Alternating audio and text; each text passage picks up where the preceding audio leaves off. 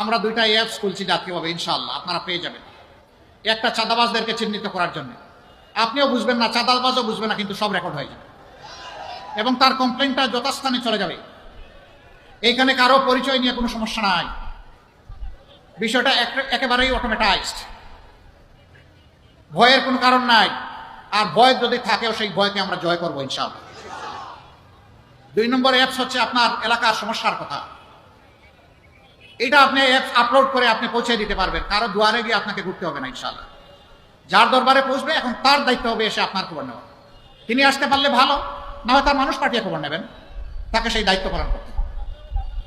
আমরা 6 মাসে একবার নির্বাচিত হলে আমাদের সঙ্গীয় জনপ্রতিনিধিদেরকে জনগণের মুখোমুখি করব। তারা খোলামনে জানতে চাইবেন তাদের অধিকার কোথায় লঙ্ঘন করা হয়েছে, কেন করা হয়েছে, কেন তাদের এই দাবিটা মানা হচ্ছে না, সমস্যা কোথায়, দেরি হচ্ছে কেন, অথবা হচ্ছে না কেন, এটা জানার অধিকার তাদের থাকবে। আমরা ইশতেহারে যে সমস্ত কথা বলবো এগুলো সম্পর্কে জানার অধিকার থাকবে।